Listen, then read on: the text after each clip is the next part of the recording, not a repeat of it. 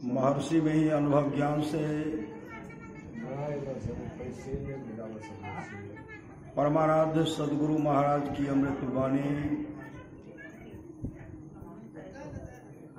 स्त्रियों के लिए, श्री सदगुरु महाराज की जय। स्त्रियों के लिए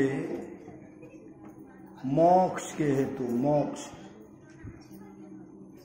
मोक्ष तो सभी न चाहते हैं। स्त्रियों के लिए मोक्ष के हेतु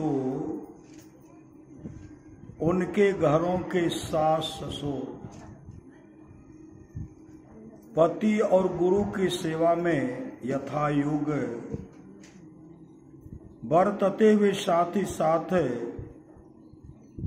ईश्वर भक्ति में अनुरक्ति रहनी चाहिए। कोई तो यह भी कहते हैं कि यदि एक जन्म में सत्संग का लसंग लग जाए तो अनेक जन्मों तक यह लसंग लगे हुए रहकर फिर सत्संग नहीं छूटेगा। सत्संग जो है छूटेगा ही नहीं।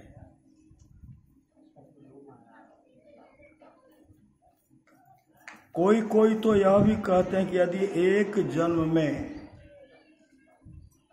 सत्संग का लसंग लग जाए तो अनेक जन्मों तक यह लसंग लगे हुए रहकर फिर सत्संग नहीं छूटेगा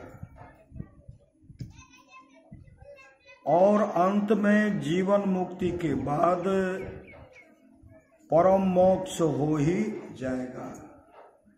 अगर बीच में सत्संग छूट गया तो समझिए सत्संग का लसंग नहीं है।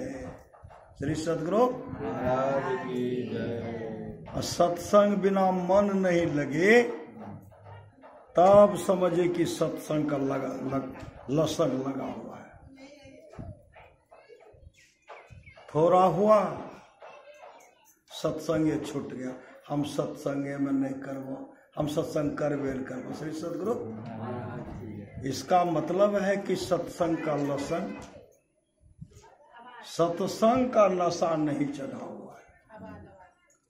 नशा सबको चाहिए। श्री सदगुरु लसंग, सब लसंग चाहते हैं, सब। श्री सदगुरु कहते कर लसंग लग गए। जिसको सत्संग का लसंग लग गया समझिए उसका जीवन मंगलमय होगा, मंगलमय।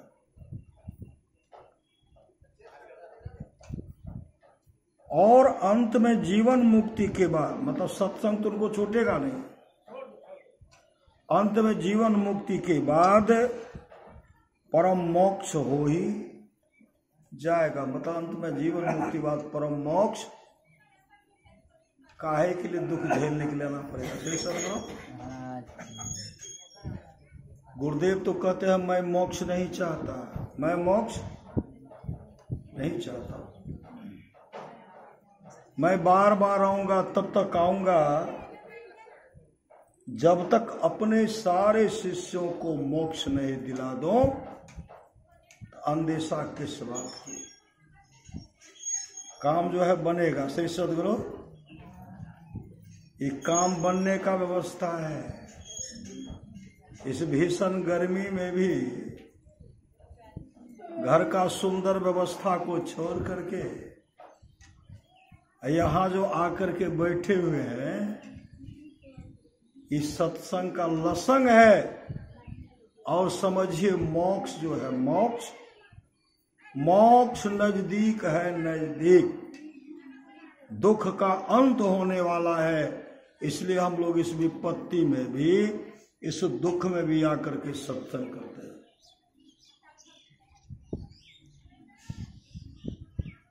जब तक ईश्वर की कृपा नहीं होती है तब तक माया से तर नहीं सकते। जब तक ईश्वर की कृपा नहीं होती है तब तक माया से तर नहीं सकते। ज्ञान को केवल सुनकर, विचार कर, समझकर और दूसरों को समझाकर वह अवस्था नहीं मिलेगी। दूसरों से कष्टों को पाकर भी कहते हैं ना, वो बहुत हमको कष्ट देता है, हे सदगुरु बहुत कष्ट देता है। कहते हैं दूसरों से कष्टों को पाकर भी, अपमान पाकर भी धर्म नहीं छोड़ो। धर्म नहीं छोड़ो।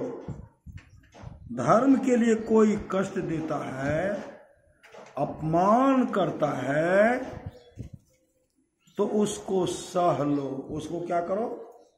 सह लो। उसको सह लो। संत नहीं होते तो मानव को ईश्वर का ज्ञान नहीं होता। संत नहीं होते तो मानव को ईश्वर का ज्ञान नहीं होता। संत नहीं होते तो हमारा जीवन अंधकारमय होता, अंधकारमय होता। ईश्वर का ज्ञान संत के सिवा और कोई देने वाला नहीं है। भक्त ईश्वर के दर्शन के ललायत रहता है। दर्शन के बिना वह विकल रहता है। यह भाव जिसके हृदय में है वही भक्त है। यह भाव हृदय में रखना चाहिए। यह संसार मोह का नगर है।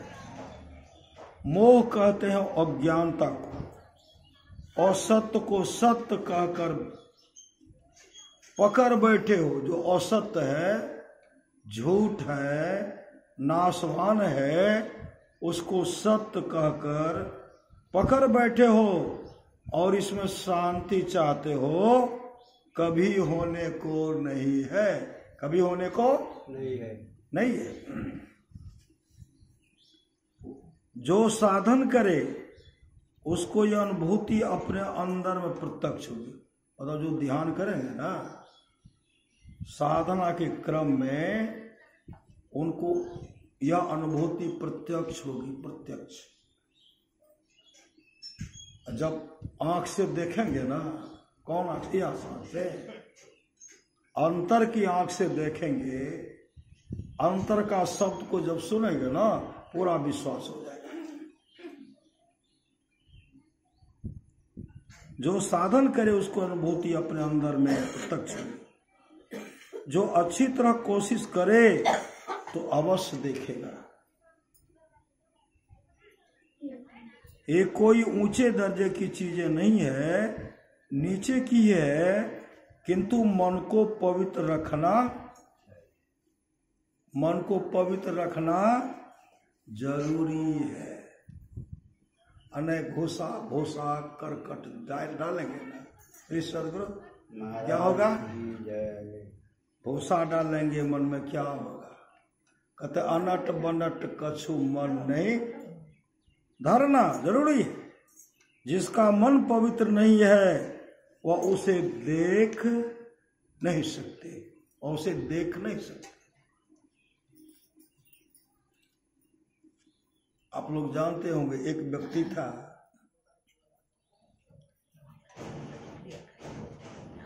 जब वो जूता पहनते थे ना, मतलब उनको पाँव में कहीं चुभता था। चलते थे वहां घाव बन गया था, घाव बन गया था। जैसे पहनते थे फिर घाव छूट गया, खून बहने लगा। कांटी था ना श्री सदगुरु, जूता में कांटे था। और उनको फुर्सते नहीं था। उनके मन में था कहाँ से घाव है, इसलिए तो लगता चुभता है। कांटी पर पते नहीं था, आज करेंगे कल करेंगे। होते होते 15 वर्ष हो गया श्री सदगुरु, 15 वर्ष। क्या न होगा? ये कंजूस है, कंजूस श्री सदगुरु। कभी कभी पहनता होगा, कभी कभी पहनेंगे। तो वही कभी पहनते थे, पाँव में कांटी चुभा रख दिए श्री सदगुरु। अब रखा हुआ, फिर कभी 1 महीने के बाद निकाले। घाव गया छोट, दुख गया भूल श्री सदगुरु। फिर पहने फिर शुरू हो गया। होते होते संजोग से गए एक जगह, बाजार में जा रहे थे, खून जो बह रहा था। कोई सज्जन कहते आप लड़खड़ा क्यों रहे हैं? कहते देखिए न पांव से खून बलकता है, चुभता है। कहा कब से? कहा 15 वर्ष हो गए। श्री सतगुरु कहा नहीं दिखाए, किसी को दिखाना चाहिए, उसमें कुछ कांटी तो नहीं है। कहने पर गए, मोची के यहाँ गए, और जब उलट करके देखते हैं तो मोटा एकदम चुभा हुआ था। वही इधर से भीतर से मोटा, और उधर इतना गड़ा हुआ था, उपट चुभ जाता था। अंतिम वो क्या कि उसको जब निकाले, हाँ निकाल जब दिए, जब पहनते हैं ना, आराम महसूस, आराम मालूम करो। फिर दूसरे दिन पहने आराम, मतलब अब जीवन में उसको आराम ही आराम है। तब वो कहते हम 15 वर्ष तक आलस के चलते, श्री सतगुरु कभी देखे नहीं कहां से कहां चुरा, आलस के चलते, और आज नहीं कल देखेंगे, होते होते 15 वर्ष हो गया, तब घाव छूटा। श्री सतगुरु तो साहिब स्वामी जी महाराज कहते हैं, बबुआ उठ के देखा कब के भैल बिहानबा, आलस में बड़ी हानि बाना, दिन बहुते गेले बीत तोरा सुतल निश्चित। बहुतों समय बीत गया सोते हुए। संत महापुरुष कहते जागो जागो गुरुपद लागो, जगत मनोमय खेला है, करना है सो जल्दी कर लो, 2 दिन जीवन मेला है। वही परमानंद महाराज कहते हैं, महल से जमीन का दाम बहुत कम होता है। महल से जमीन का दाम बहुत कम होता है, किंतु महल का आधार जमीन है, बिना जमीन के महल बन नहीं सकता। उसी तरह बिना सत्संग रूपी जमीन के भजन रूपी महल बन नहीं सकता। इसलिए सत्संग की बड़ी जरूरत है। अंतर की गंगा में स्नान करो तो शुभ और अशुभ सभी कर्म धुल जाएंगे, आवागमन से छूट जाओगे। जब उस परमात्मा को पाओगे तो कभी दुख में न आओगे, कभी दुख में न आओगे। दृष्टि साधन यदि आपने एक बार भी झलक देख ली और फिर वह नहीं देख पाते हैं, तो उस ओर के लिए आपकी सूरत चलती रहेगी, उठी रहेगी, जिस ओर आपने देखा है। उस ओर कैसे देखेंगे? अपने जीवन के बागडोर को सदगुरु के हवाले करेंगे, भजन भेद लेंगे, भजन भेद दीक्षा लेंगे, तब लाभ होगा। टाला टोली से दिन रीता, एक नहीं बहुतों जुग बीत गया, बहुतों जुग। अभी सुने थे धन की 3 गति है, धन की 3 गति है। पहला क्या है? पहला दान, और दूसरा है भोग, और तीसरा नाश। जो दान नहीं करेंगे वो कंजूस खाएंगे भी नहीं। श्री सतगुरु पहले त्याग करेंगे ना, त्याग तब आएगा। श्री सतगुरु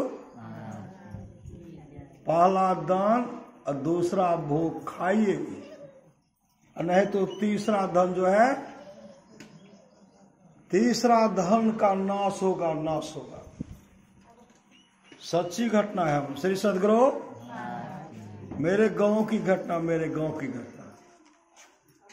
बचपन अवस्था में हम लोग जाते थे, भगवान कृष्ण का जब मेला लगता था ना, मूर्ति बनाने के लिए, हम लोग बच्चे थे, एक उसमें नेतृत्व करने वाले, उनको शंकर जी हम लोग कहते थे, वो मदद करते थे। तो हर जगह जाते थे चंदा मांगने, चंदा मांगने।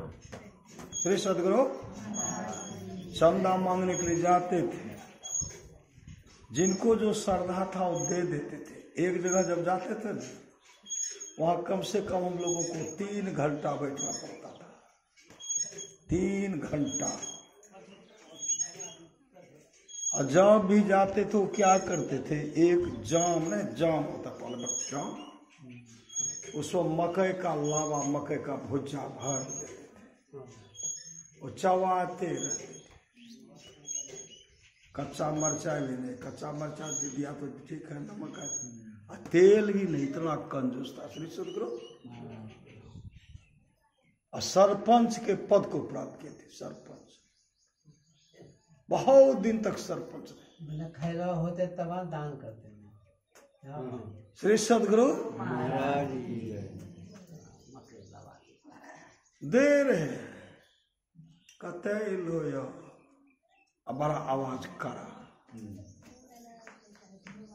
हमारे के लिए भगवान कृष्ण की मूर्ति बने हुए चंदा खाते बैठा। श्री सदगुरु, श्री सदगुरु बैठो। हम लोग बैठ जाते थे, बैठ जाते थे, और उधर जाम में सड़ता था, फिर परसों देते जाता, 3 घंटा लगता था खाने में। होते होते श्री सदगुरु जब पेट भर जाता था, हाथ धोते थे और देते थे क्या, 8 आना देते थे, 8 आना। बहुत पहले की बात है श्री सदगुरु, 8 आना।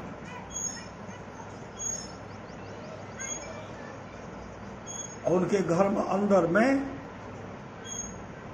अच्छे घर की बहू आई थी, बहू। जब बहू सब आई, बहू सब उनको सुंदर सुंदर भोजन बना करके दिए,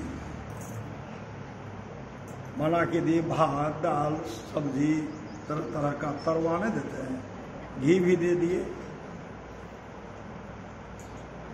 जैसे दिए देखते हैं पूरा थाली सजा हुआ है, उठाए पटक दिए जमीन। ये तो धन को बर्बाद कर देगा, धन को बर्बादे कर देगा। एक दिन हुआ, 2 दिन, वहां से फिर देते थे, फिर पटक देते थे।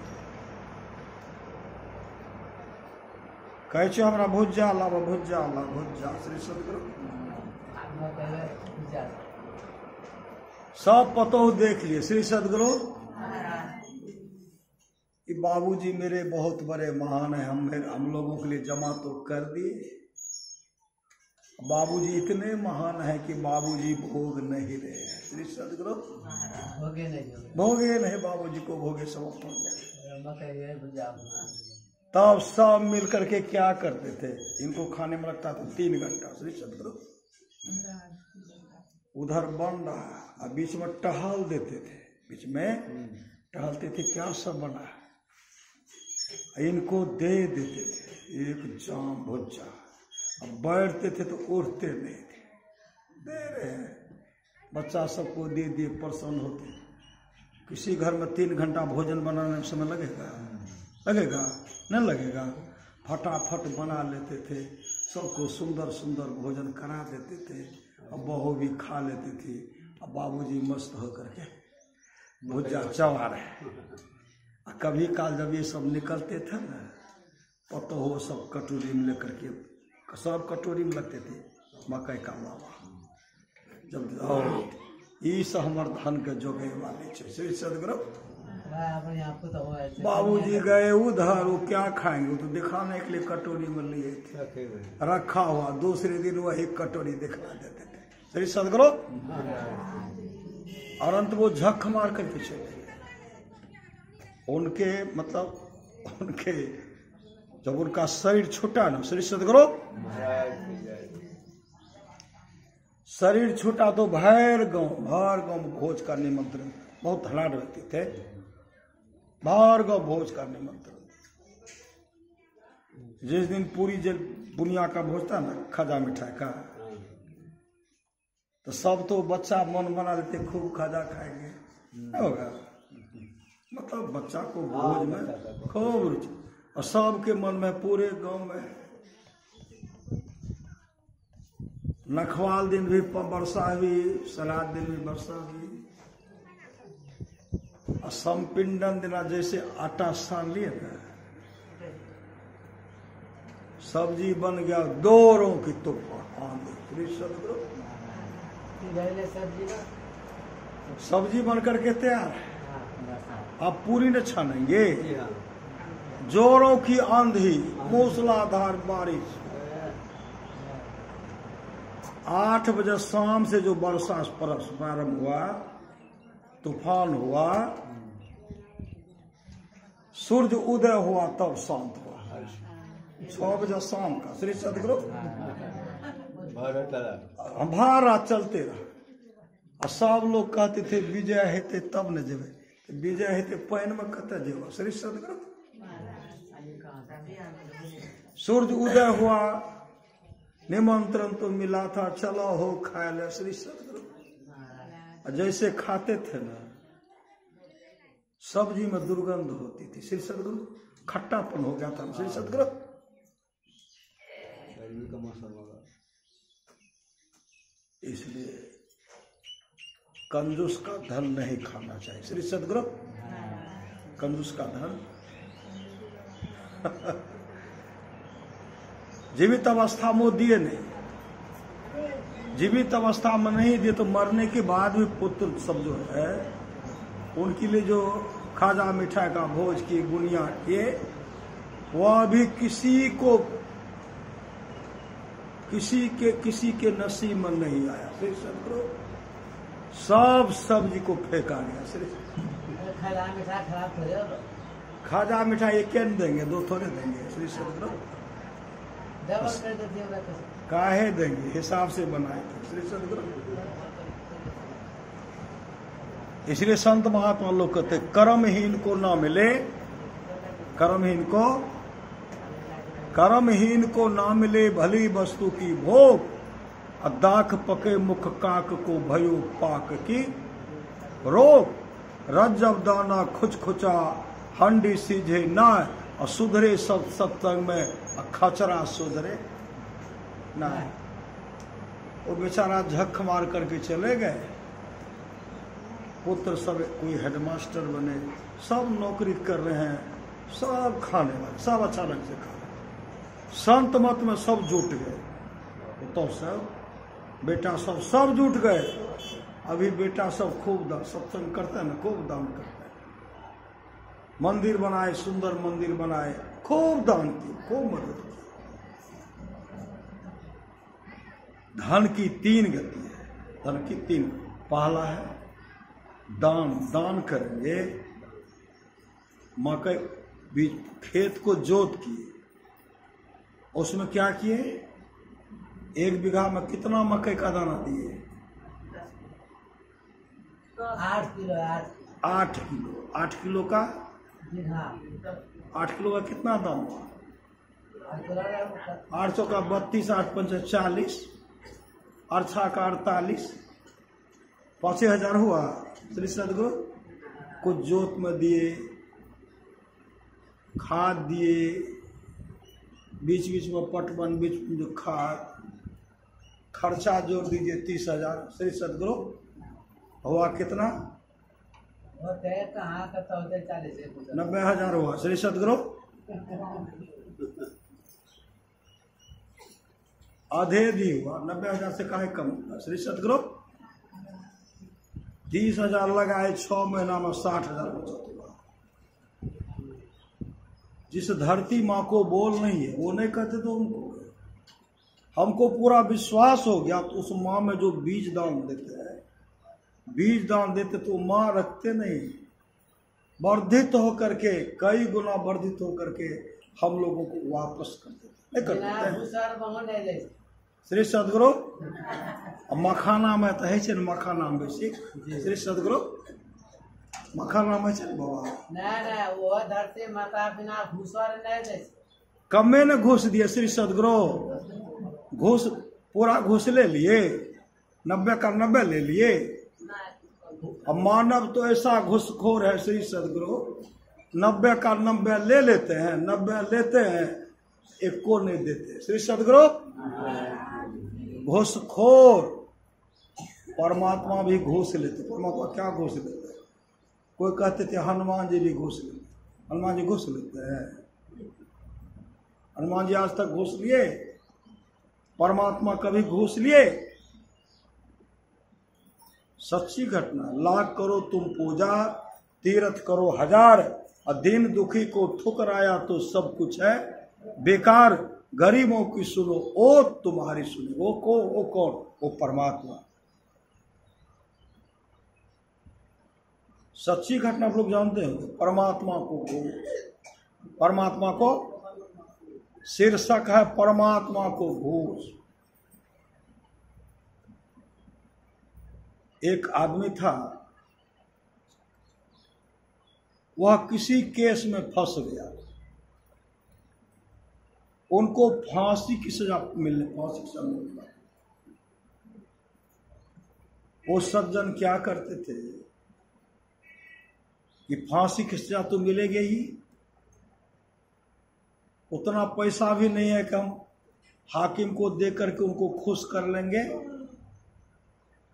उनका काम था सुबह में बाजार पहुंचते थे। बाजार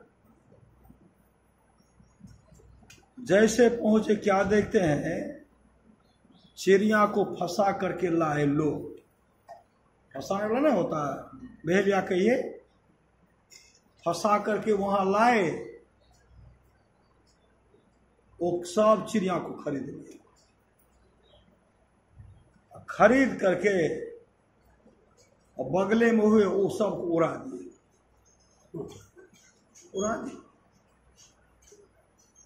एक दिन 2 दिन मतलब लगातार का काम बना। फंसा करके लाते थे, वो खरीद करके उड़ा देते थे। जब उनका समय आया, जब वो हाकिम के पास पहुंचे, वकील उनके लिए बहस करते हैं, हाकिम लिखते हैं रिहा। श्री सदगुरु जिनको फांसी की सजा मिलने वाले थे उनके लिए लिखते हैं रिहा, जाइए मुक्त हो गए। ये दान का मत है। दान जी पर दया किए दाने न हुआ। दया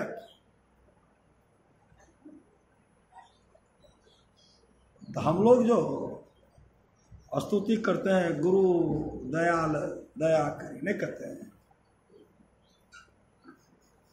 वो दयाल हैं, वो दया करते हैं। दिए भेद बता, क्या भेद बता? नाम की कमाई करने के लिए दीक्षा लिए भजन भेद लिए। महापुरुष की वाणी है, गुरु जो एक अक्षर शिष्य को देते हैं बताए, धरती पर वह द्रव नहीं जो देकर नहीं उतरा है। भजन भेद में जो हम लोग को, हम जो दीक्षा भजन भेद लेते हैं, नाम दान जो गुरुदेव के द्वारा हम लोग को मिलता है, हम चाहेंगे कि उतराई में दे देंगे। भजन भेद में उतराई में देना चाहिए। धरती पर वह द्रव नहीं है। धरती का तमाम द्रव, सोना चांदी हीरा जवाहरात देंगे, फिर भी उतराई नहीं दे सकते, पूरे नहीं होगा। इतना बड़ा नाम दान की महिमा है। और नाम की कमाई करेंगे, दीक्षा लेकर के नाम की कमाई करेंगे, जीवन मंगलमय होगा, मोक्ष को प्राप्त करें। मोक्ष को गुरु पद प्रीति नीति रत जेई, द्विज सेवक अधिकारी। जो गुरु के प्रति समर्पण है, समर्पित रहते हैं, कहते उसका जीवन मंगलमय होगा, मंगलमय होगा।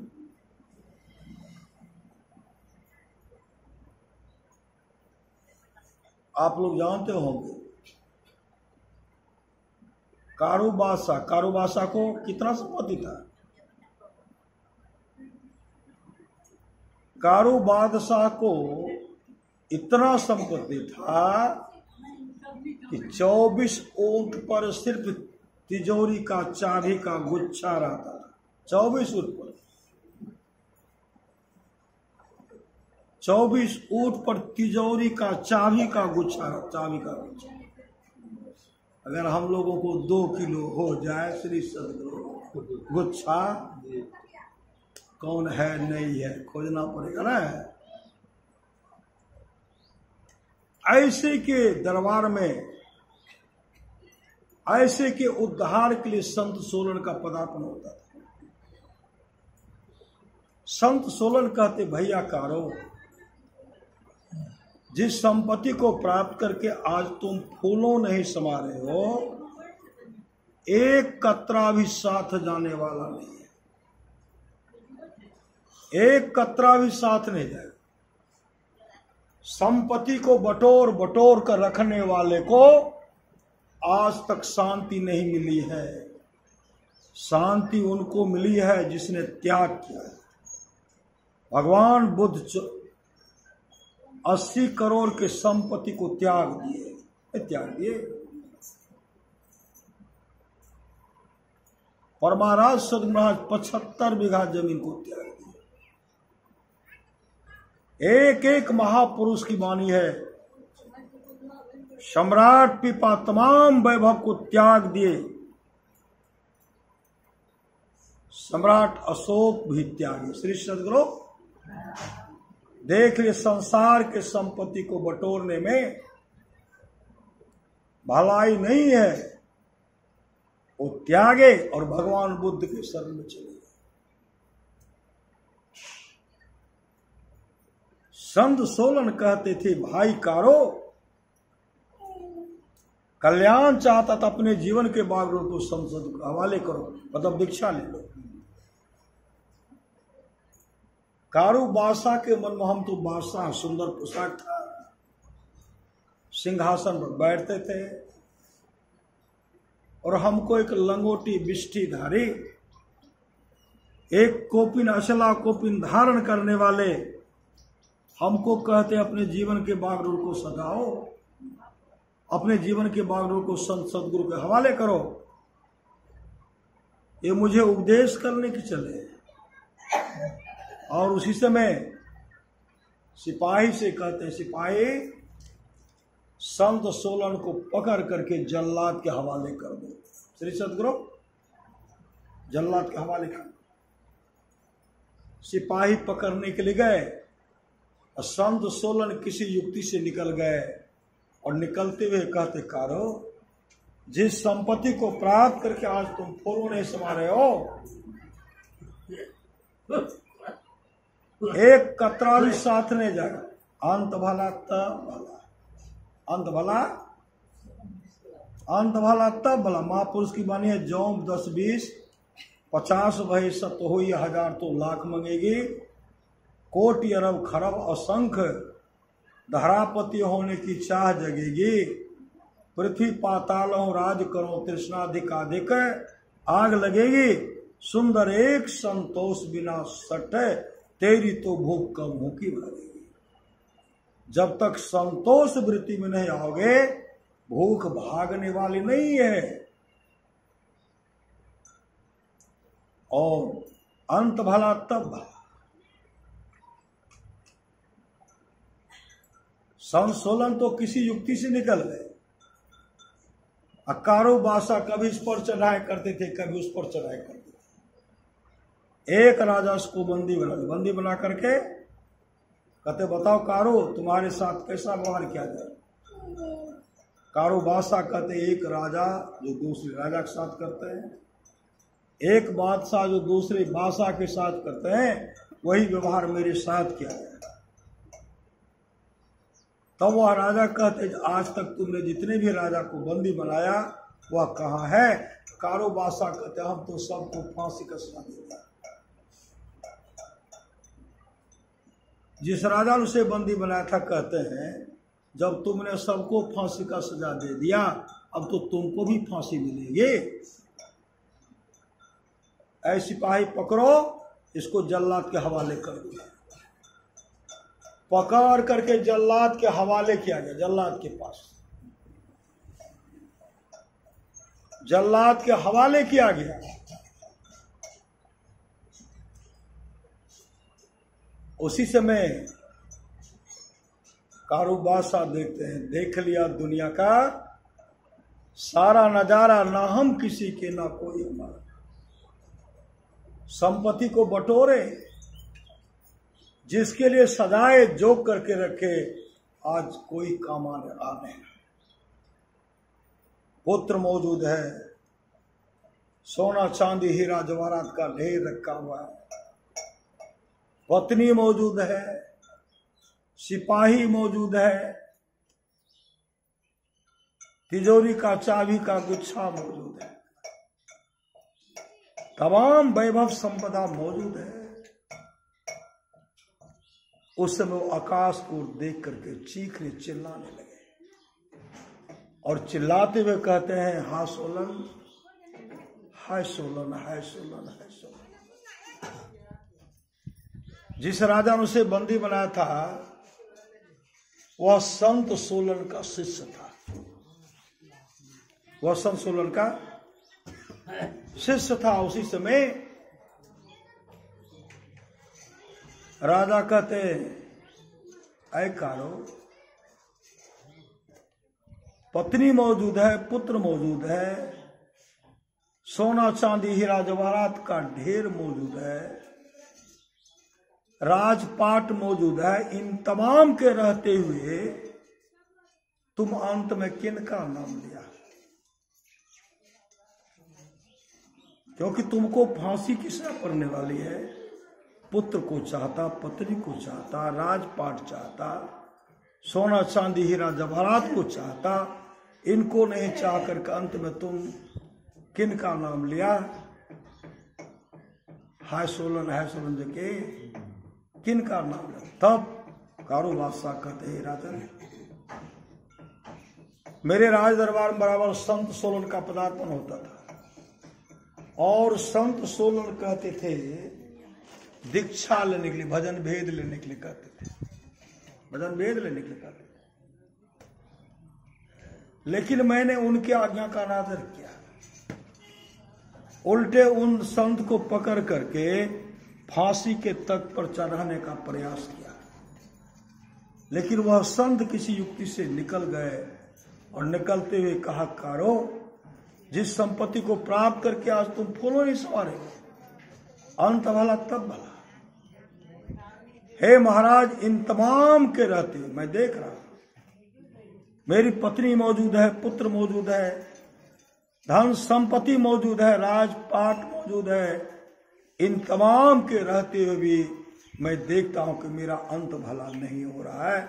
इसलिए अंत में मैंने उन संत सोलन को याद किया, जिस राजा ने उसे बंदी बनाया था वह संत सोलन का शिष्य था। उसी समय राजा कहते हैं, जल्लाद इन्हें छोड़ दो, क्योंकि अंत में ये मेरे गुरु का नाम लिया, अंत मेरे गुरु का नाम लिया, इनको छोड़ दो। तब उनको छोड़ दिया गया। जैसे छोड़े, कारू बादशाह उस राजा के पास है, चरण लिपट गए, कहते, महाराज, राजपाट आपको मुबारक हो, मुझे संत सोलन का शरण और चरण चाहिए।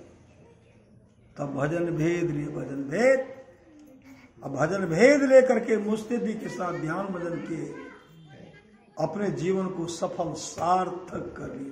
वही कहते भगवान शिव मां पार्वती जी कहते हैं, गिर जाओ संत समागम, समन लाभ कछुआन, बिनु हरि कृपा न होई सो, गाँव वही वेद पुराण।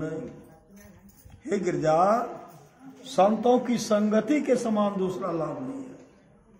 बिनु हरि कृपा न होई सो, गावे वेद पुराण। तो जानते हैं कि देवर्षि नारायण उड़ते थे, नहीं उड़ते थे, नारायण नारायण ब्रह्मलोक नारायण शिवलोक, नारायण विष्णुलोक, नारायण इंद्रलोक, नारायण स्वर्गलोक, नारायण ब्रह्मलोक, नारायण मृत्युलोक। कहीं उनको भाड़ा नहीं लगता था। सही सदगुरु? अभी हम लोगों को भाड़ा लगता है ना? अभी भाड़ा नहीं लगता था देवर्षि नारद को। एक समय की बात है, देवर्षि नारद बराबर जाते थे भगवान विष्णु के पास। श्री सदगुरु भगवान विष्णु के पास जाते थे और भगवान विष्णु का दर्शन करके वो चले जाते थे। एक बार गए और तुरंत वापस आए, फिर चले आए। गए दर्शन करके जाने लगे, गए फिर वहां गए। तब तक क्या देखते हैं, जहां देवर्षि नारद खड़ा रहते थे, बैठते थे, वहां का देखते 1.25 हाथ मिट्टी काट करके उनको टोकरी में लेकर के जा रहे थे। तब तक देवर्षि नारद पहुंच गए। भगवान विष्णु से कहते, महाराज यहां तो अभी बैठे थे, बड़ा सुंदर समतल जमीन था, मिट्टी देख रहा हूं, निकाल लिए। महाराज क्या कारण है? भगवान विष्णु कहते, देवर्षि आप जहां रहते हैं ना, जहां खड़े रहते हैं, वहां की धरती जो 1.25 हाथ धरती अपवित्र हो जाती है। श्री सदगुरु 1.25 हाथ धरती अपवित्र हो जाती है। कहा क्यों? कहा इसलिए कि आपने सदगुरु धारण नहीं किए, आप भजन भेद नहीं लिए। भजन भेद दीक्षा नहीं लेने से मेरा शरीर अपवित्र रहता। जहां भी पांव धरते हैं धरती अपवित्र हो जाती है। देवर्षि नारद कहते, पहले आप कभी नहीं बताए। भगवान विष्णु कहते, कभी आपने सुनने का प्रयास भी नहीं किया। आज मौका मिला तो बता दिया। तो महाराज क्या करो? कहा गुरु धारण करना पड़ेगा। किनको गुरु बना? उनके मन में था हमसे बढ़ करके कौन है? सदगुरु कि ब्रह्मा जी के मानस पुत्र थे ना, हमसे बढ़ करके कौन होगा? मेरा गुरु कौन होगा? भगवान विष्णु कहते हैं, सुबह में उठने के बाद जिन पर आपका दृष्टि पड़े, नजर जाए, उन्हीं को गुरु बना लीजिएगा। देवर्षि नारद ब्रह्मे मुहूर्त में उठ गए। श्री सदगुरु उठ करके सुबह जब निकले, आगे देखते हैं एक मछुआरा था, टोकरी लेकर के जा रहा था, जाल लेकर के। श्री सदगुरु जाल लेकर के जा रहा था। देवर्षि नारद कहते हैं, ठहरिए महाराज, ठहरिए महाराज। मछुआरा कहते, हमको फुर्सत जा रहे मछली मारने के लिए। कहा मुझे दीक्षा दे दीजिए। कहा हमको मछली मांस मारने से फुर्सत में हम दीक्षा देंगे? हम दीक्षा नहीं देंगे। भगवान विष्णु कहते, जिन पर नजर पड़े उन्हीं से ले लेना। भजन भेद बता दी, कहते जा रहे हैं मछली मारने के लिए। इनके मन में हुआ दीक्षा तो लिए, लेकिन मछुआरा से। सही सदगुरु गुरु अच्छा नहीं मिला। हम चाहते थे हमको अच्छा नहीं मिला।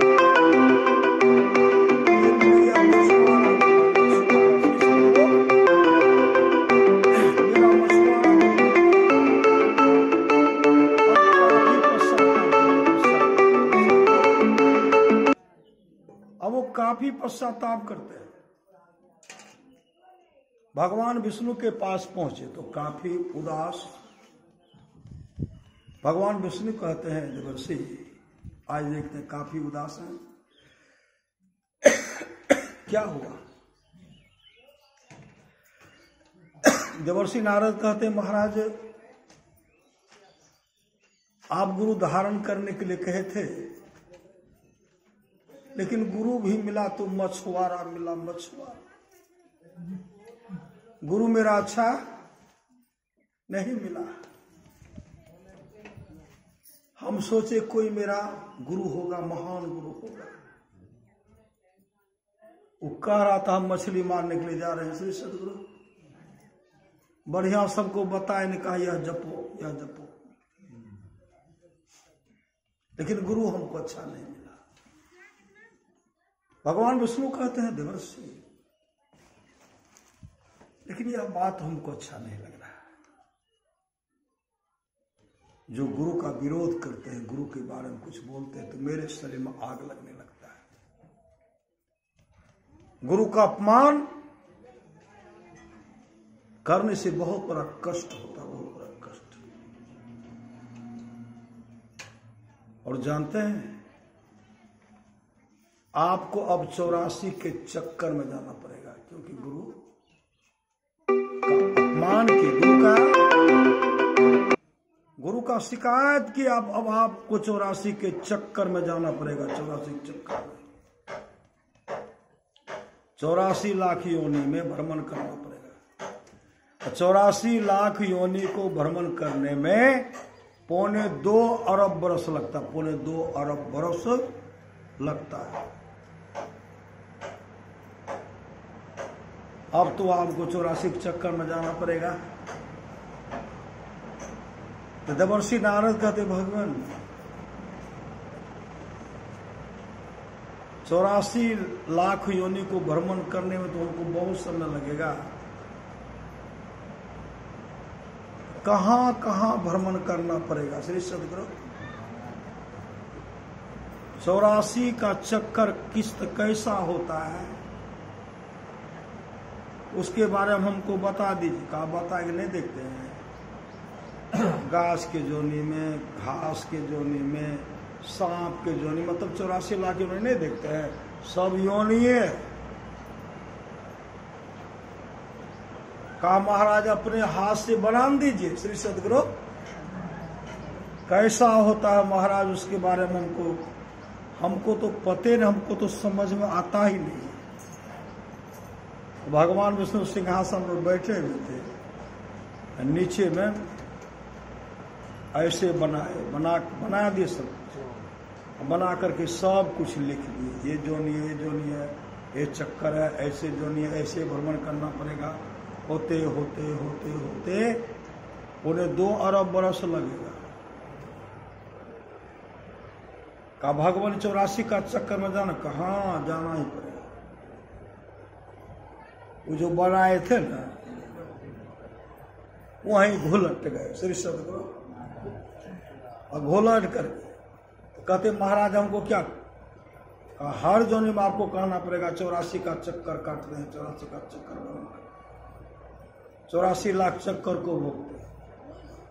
उसी पर गिर करके 84 का चक्कर काटे, 84 का चक्कर काटे, 84 लाख जोनी को भ्रमण कर रहे हैं, 84 लाख जोनी को भ्रमण कर रहे हैं।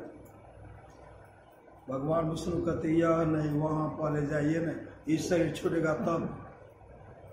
ये घुलट गए, इधर उधर जा रहे थे, इधर से उधर जा रहे थे, कई बार घूमते, इधर से उधर घूमते। भगवान विष्णु मुस्कुराने लगे, बताइए इधर देवर्षि ये 84 का चक्कर में 84 उधर।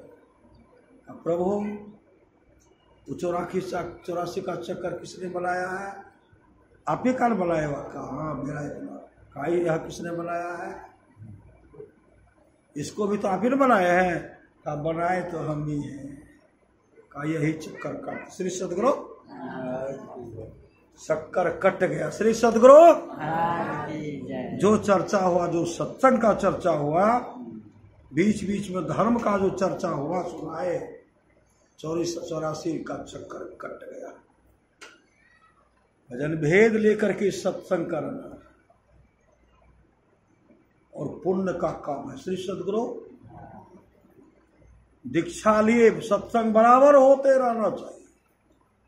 और सबके यहाँ सत्संग होगा भी नहीं। श्री सदगुरु, सबके यहाँ सत्संग नहीं होगा। बहुत आदमी देखिए सत्संग होता है, सत्संग वहां होगा जहां द्रवहि दीन दयाल राघव साधु संगति पाइए, जहां परमात्मा का असीम कृपा होगी, संत सदगुरु की असीम कृपा होगी, उसी जगह सत्संग होगा। दूसरी जगह सत्संग हो ही नहीं सकता। अगर कहीं हो रहा है समझिए संत सदगुरु परमात्मा की कृपा है कि सत्संग हो रहा है।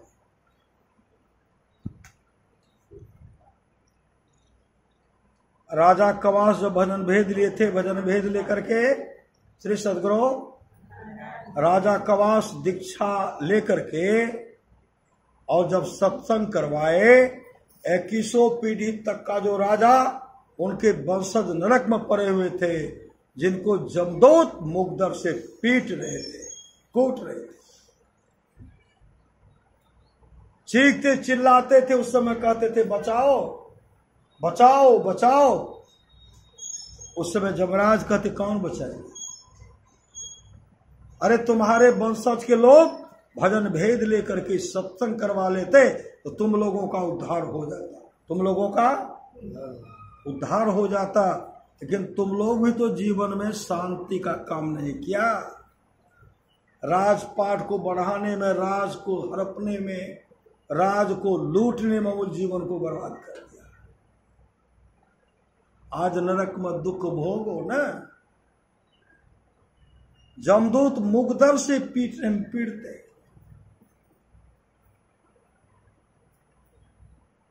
तब देवर्षि नारद आकर के समझाए, तब भजन भेद लिए, भजन भेद लेकर के जैसे सत्संग करवाते हैं, सत्संग समापन की ओर जा रहा था। जैसे अभी सत्संग करेंगे, आरती करेंगे ना, जैसे समापन की ओर सत्संग समाप्त हुआ, उसी समय 21 पीढ़ी तक का जो राजा नरक में पड़ा हुआ था, उनके लिए स्वर्गलोक से विमान आया, विमान पर बैठा कर उनको स्वर्गलोक को लेकर चला गया। इस सत्संग का हम लोग उस भजन भेद लेते सत्संग करते हैं, 100 पीढ़ी का उद्धार, आपका भी 100 पीढ़ी, आपका भी 100 पीढ़ी, अब मेरा भी 100 पीढ़ी का उद्धार होगा।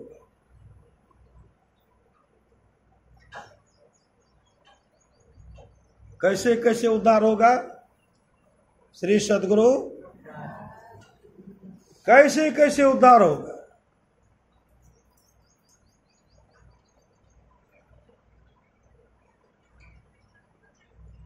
पिता की पीढ़ी का उद्धार, मौसी की पीढ़ी का उद्धार, मां की पीढ़ी का उद्धार, बहन की पीढ़ी का उद्धार, सबके पीढ़ी का उद्धार हो जाए, सबके पीढ़ी का उद्धार। इसलिए जीवन में सत्संग तो ध्यान नित्य संलग्नता के साथ कीजिए, ये लोग परलोक मंगल कर। दुराचारी से भी दुराचारी अगर हो जाए, उस कुल में भगवत भजन करने वाले, भगवान को मानने वाले अगर भक्त का अवतार हो गया, समझिए उन कुल का उद्धार हो जाए, उन कुल का उद्धार हो जाए। आप लोग जानते होंगे सच्ची घटना, एक लड़का था जिसका उम्र हो गया 15 वर्ष। अपने मां से वह बालक पूछते, मां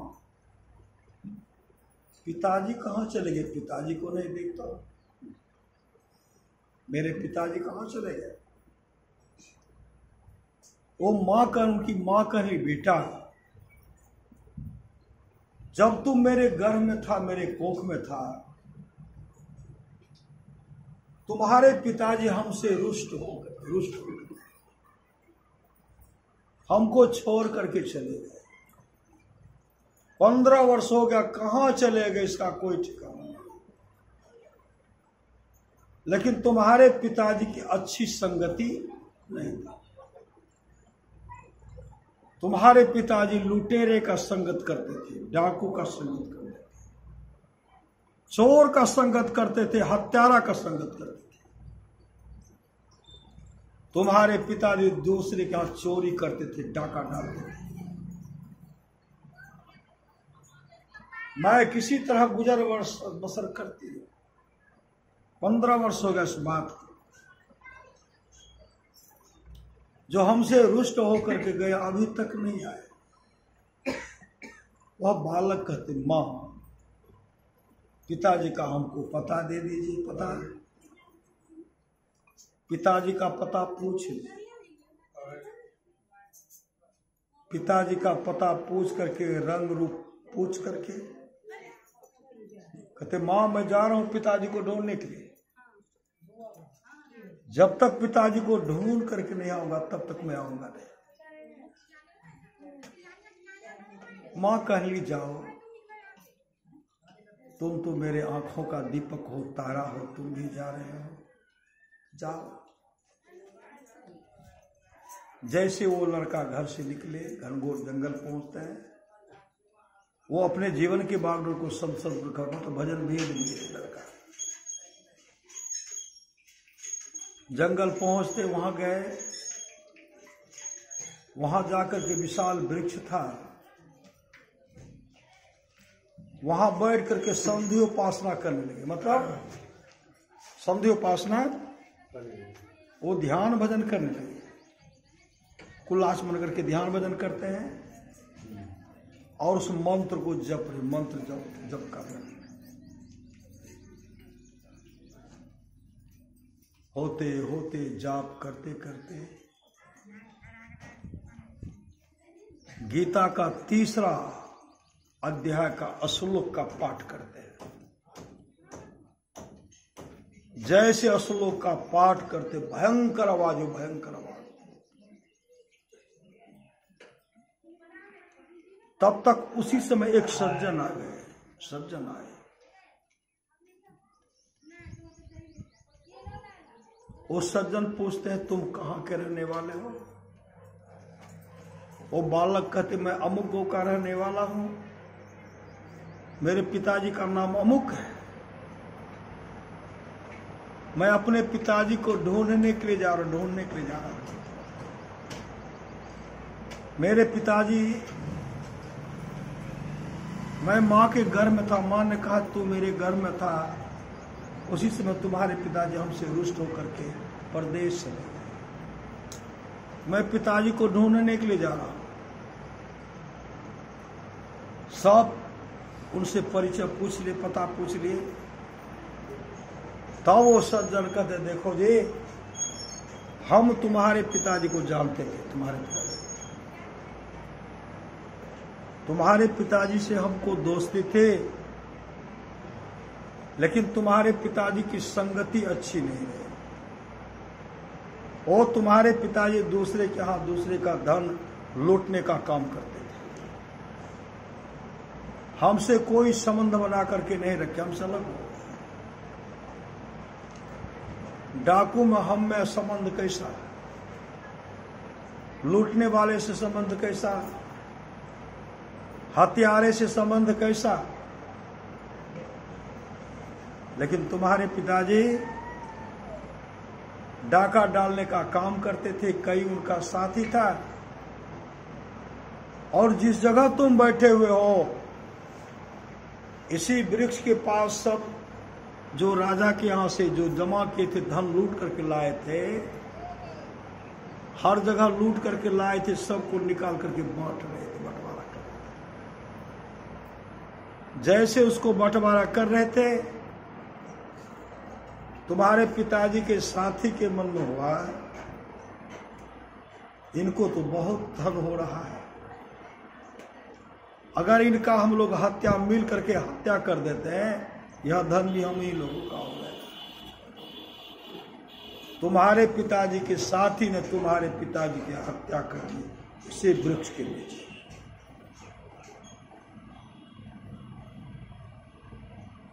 अधमरा था, मतलब श्वास की गति चल रही थी, श्वास गति चल रही थी। मैं इस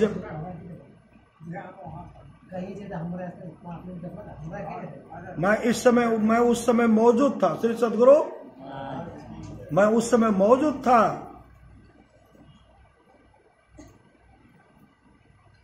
उसी समय बाघ आया, बाघ।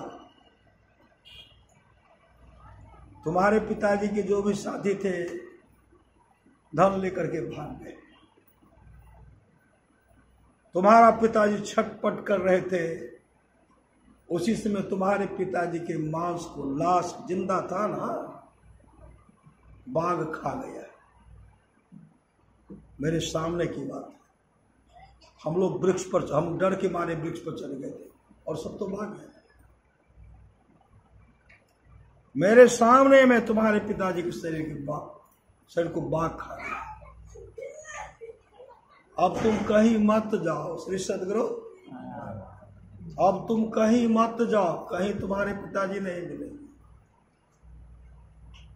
इतना सुनने के बाद वह लड़का रोने लगा। लड़का रोने लगा कि मैं मां को क्या जवाब दूंगा। मेरी मां अगर इस तरह की बात सुनेगी, मेरे पतिदेव को बाघ खा गए तो बहुत बड़ा कष्ट होगा। उसी समय रोते हुए फिर संधोपासना के ध्यान किए। उस जगह बैठ करके ध्यान किए, ध्यान करके मंत्र जपे, मंत्र को जाप कर रहे। और गीता का 3रा अध्याय का श्लोक का पाठ जैसे करते हैं, भयंकर आवाज हुई श्री सदगुरु, भयंकर आवाज हुई, बहुत बड़ी आवाज हुई। और उस आवाज में उनको प्रेत का दर्शन, प्रेत दिखलाई दिया। प्रेत में इनके पिताजी का स्वरूप का भी, रूप का भी दर्शन हुआ। जैसे बताए थे उस रूप का भी दर्शन। वो कभी प्रेत बनते थे, कभी पिताजी के रूप में आते थे। होते होते यह जो गीता श्लोक का जो पाठ हुआ, उससे एक दिव्य पुरुष प्रकट होता है श्री सदगुरु। उससे एक दिव्य पुरुष प्रकट होता है। कैसा प्रकट, कैसा दिव्य रूप, भगवान विष्णु के रूप स्वरूप जैसा।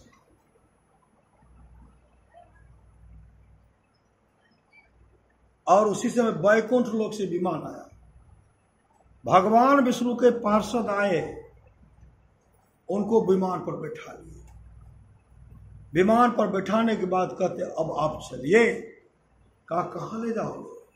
कहा आपको वैकुंठ लोक जाना है। तो कहा आपने गीता श्लोक का पाठ सुना है, इसलिए भगवान ने कहा ऐसे भक्त को मेरे पास लाओ। क्योंकि सुना, श्लोक का पाठ सुना, सुनने से कितना बड़ा लाभ होता है। सुनि समझहि जन मुदित मनो मज्जहि अति अनुराग, लहहि चारि फल अच्छा तनु साधु समाज। प्रयाग गीता श्लोक का पाठ जो सुना, भगवान विष्णु के रूप स्वरूप जैसा हो गया। और कहते आप विमान पर चलिए। विमान पर बैठा लिए और भगवान विष्णु के रूप स्वरूप जैसा हो गए। और उसी समय वो विमान पर बैठकर उस बालक से पूछते, बालक तुम्हारा क्या नाम है? नाम बताए। तुम्हारे पिताजी का क्या नाम? पिताजी का नाम बताए।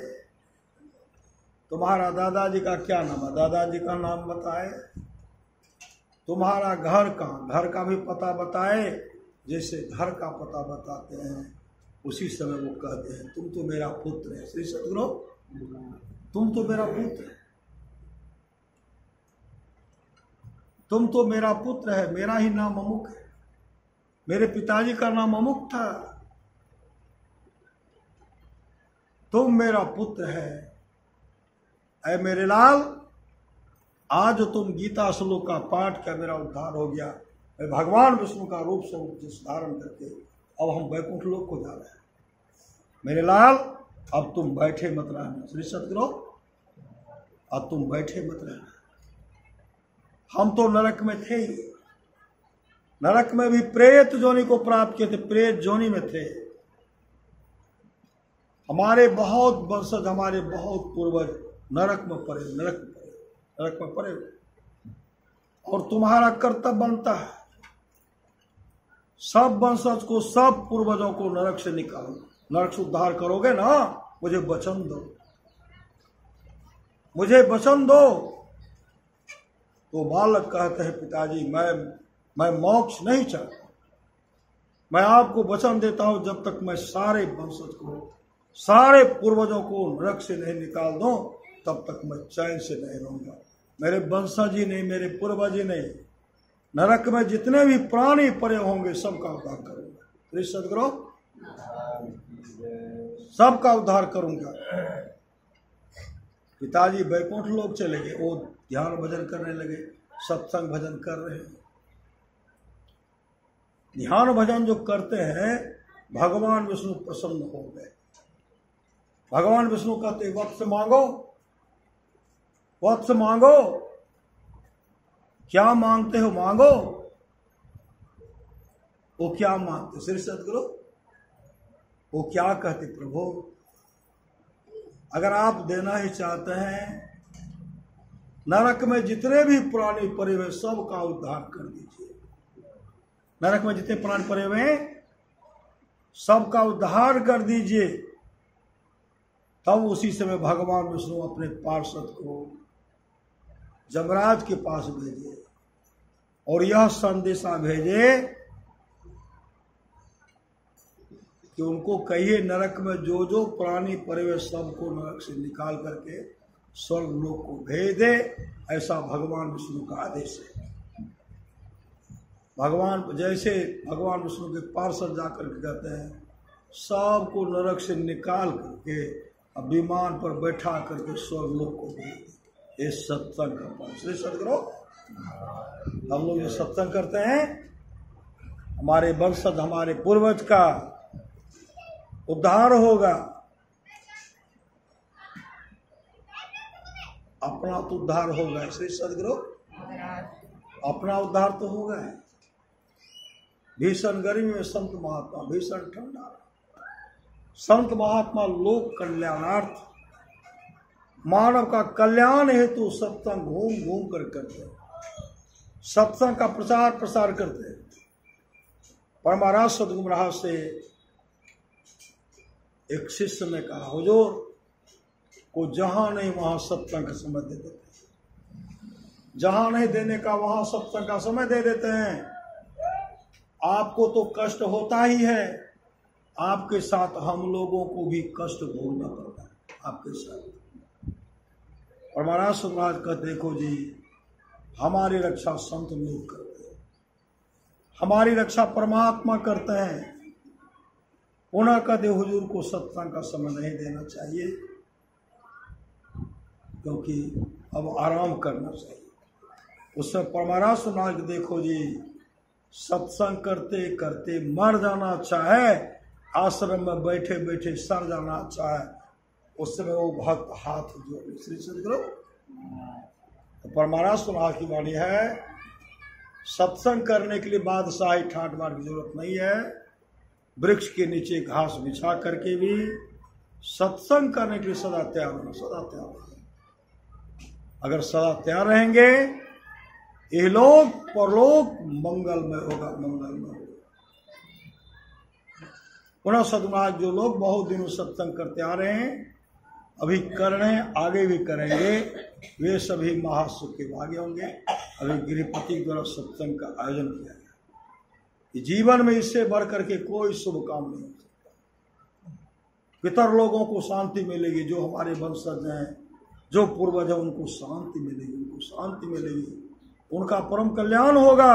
करने वाले का भी परम कल्याण, सुनने वाला का भी, सुनने वाले का भी परम कल्याण होगा।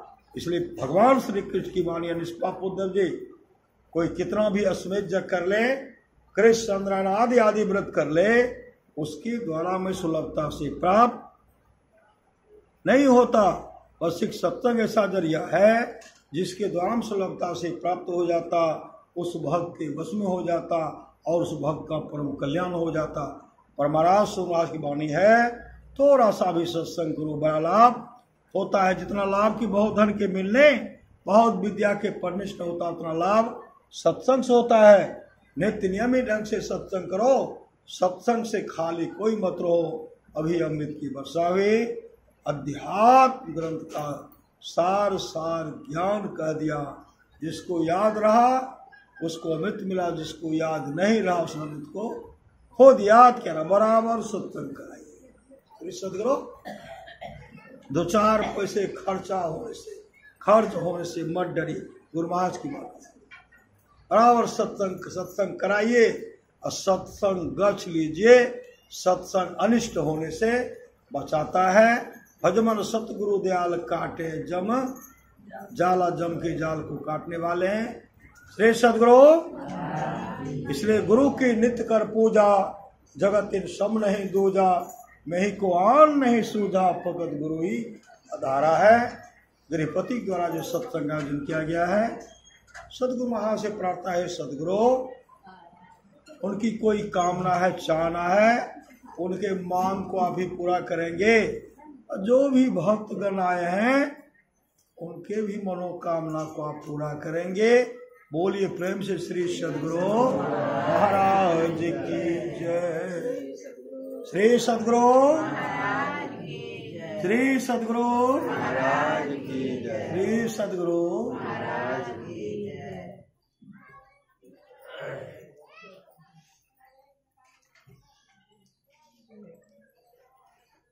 श्री सदगुरु महाराज की जय। श्री सदगुरु महाराज की जय। श्री सदगुरु महाराज की जय।